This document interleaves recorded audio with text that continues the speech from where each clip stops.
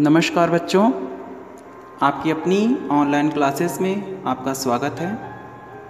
आज हम संस्कृत के कुछ महत्वपूर्ण शब्दों की जानकारी लेंगे, जिसका नामकरण हमने प्रकरण दिया है व्यावहारिक शब्दकोश।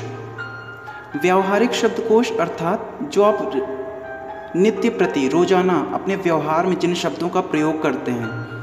अभी तक हम उन शब्दों को हिंदी में जानते हैं, इंग्लिश में जानते हैं, लेकिन हम उनका संस्कृत रूप नहीं जानते हैं, जो कि संस्कृत आपके लिए एक नया विषय है। इसलिए आज हम उन सारे व्यवहारिक शब्दों का प्रयोग जो हम रोज़ करते हैं, अपने रोज़ के दैनिक जीवन में करते हैं, उनको संस्कृत में जानेंगे। तो चलिए देखते हैं।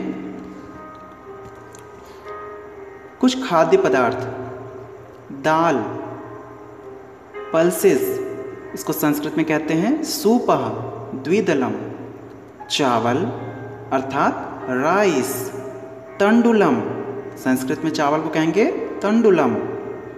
रोटी, अंग्रेजी में इसको ब्रेड और संस्कृत में रोटिका।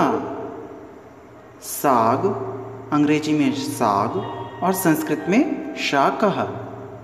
अन्न अर्थात अनाज, उसको अंग्रेजी में कहेंगे कॉर्न और संस्कृत में अन्नम। अन्नम। लड्डू, अंग्रेजी में भी लड्डू, लेकिन संस्कृत में मोदकम।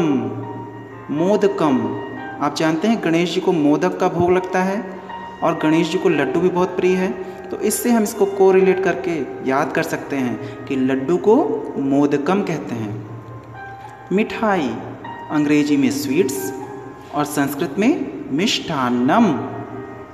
दूध, अंग्रेजी में मिल्क और संस्कृत में दुग्धम। घी, इसे अंग्रेजी में कहते हैं घी। घी को अंग्रेजी में भी घी कहते हैं, लेकिन संस्कृत में कहेंगे घृतम, जो आप तत्सम तद्भव में भी आप पढ़ते हैं, दुग्ध, दूध, बस वही है, दुग्धम, घृतम। और दही को स्पाइसेस और संस्कृत में दधी। तो ये हो गए कुछ खाद्य पदार्थ। आगे बढ़ते हैं। कुछ फलों के नाम, आम, मैंगो, आम्रम। अमरूद, ग्वावा, अमृत फलम। अमरूद को क्या कहते हैं? अमृत फलम। जैसे केला को कदली फलम, ठीक है। फिर अंगूर, ग्रेप्स, द्राक्षा फलम। नारियल, कोकोनट, नारिकेलम। खजूर, डेट्स, खरजूरम। सेब, एप्पल, सेवम। यहाँ सेब है और संस्कृत में सेवम, सेवम, सेवम। नारंगी या संतरा को अंग्रेजी में कहेंगे ऑरेंज और संस्कृत में नारंगम। तो इस तरह से आपने देखा अमृत फलम, कदली फलम, द्राक्षा फलम, बहुत से नाम तो मिलते जुलते भी हैं एक दूसरे से। फिर अनार, अनार को संस्कृत में क्या कहते हैं? दाड़िमम। ईख, ईख को कहते हैं इक्षु। शुगर केन, शुगर केन अर्थात इक्षु।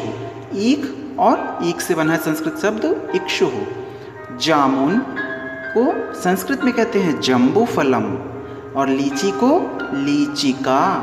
तो इस तरह से आपने देखा आम्रम, अमृत फलम, कदली फलम, द्राक्षा फलम, नारिकेलम, खरजूरम, सेवम, नारंगम, दाड़िमम, इक्षुः, जम्बूफलम, लीचिका।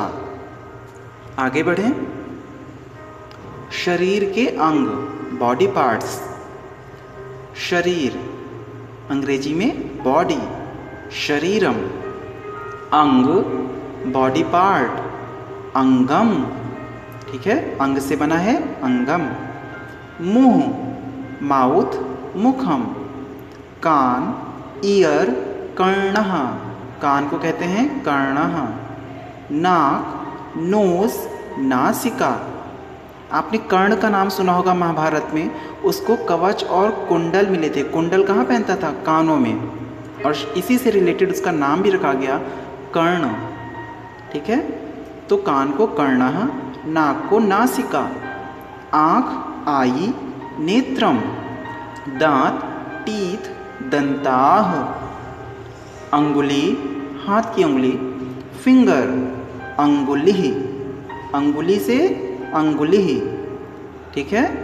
जीभ, जीभ से जिह्वा। देखिए अंगुली में बड़ी की मात्रा है और अंगुली में छोटी की मात्रा, तो ये सारी बातें हमें ध्यान देनी है।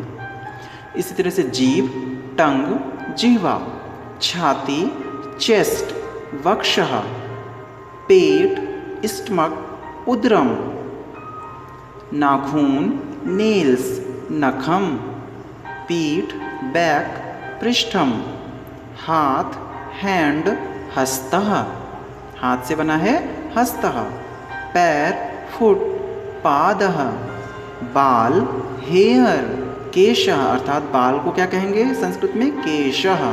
तो ये हो गए आपके शरीर के अंगों के नाम, जिनका प्रयोग हम फलों के नाम, खाद्य पदार्थों के नाम, शरीर के अंगों के नाम, इनका प्रयोग हम रोज़मर्रा अपने जीवन में कभी अंग्रेजी के रूप में तो कभी हिंदी शब्दों के रूप में करते हैं, लेकिन संस्कृत में नहीं करते हैं। तो आज से हम सब इसको याद करने के लिए एक काम कर सकते हैं कि इन सभी चीज़ों को जितना भी हो सके हम संस्कृत में प्रयोग करें। इससे हम अंग्रेजी और हिंदी का तो ज्ञान प्राप्त करते ही हैं, साथ में संस्कृत में भी इन्हें क्या कहते हैं ये ज्ञात हो जाएगा।